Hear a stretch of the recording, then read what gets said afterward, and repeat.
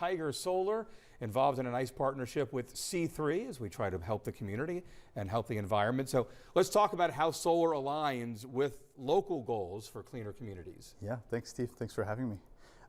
We work with C3 a lot with local businesses who are looking to reduce their carbon footprint and at the same time reduce their operating expenses.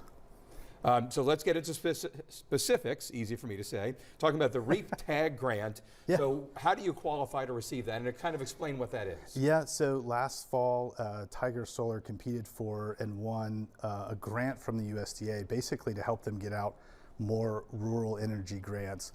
Those grants go to small businesses. If you're an agricultural producer or classified as a small business by the SBA, and you're in a rural area, which Charlottesville, Albemarle, the surrounding areas are, you may qualify for up to 50% off of your solar investment. It's pretty awesome. So let's talk about where we go from here. That you get that grant.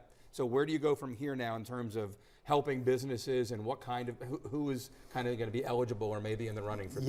Yeah, that's right. So C3 and a group of solar contractors, we're one of those, works very closely with businesses to work on their energy efficiency. What we do is help them compete for these grants. That grant is a reimbursement, so for every $100 they spend on a solar system, they're getting $50 back on that system, which makes the IRR of those investments pretty attractive to most small businesses who are thinking out 5, 10 more years. Sure, an IRR meaning as you go long term. Thank you. Yeah, return on investment, the return of the money they're going to spend on the system.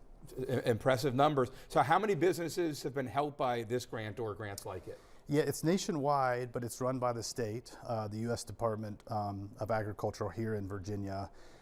We've helped nearly 50 businesses in the last 8 or 9 years, and over $1 million worth of grants going to those businesses. We hope to do a lot more here in the coming year. Sure.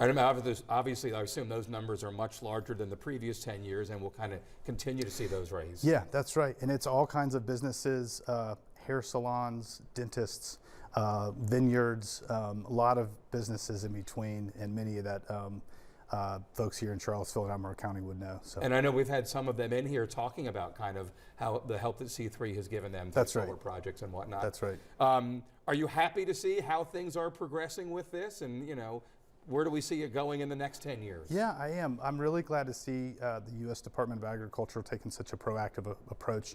The grant that they awarded us last year, I think, was in response to trying to get more of these grants out there for businesses in the community. So very, very happy with that. Because we hear a lot about what's happening in the city and in the county, but you mentioned those outlying areas which are interested in that perhaps just as much. Yeah, that's right. You'd be really surprised at what's considered rural. Like I said, all of Charlottesville and Albemarle.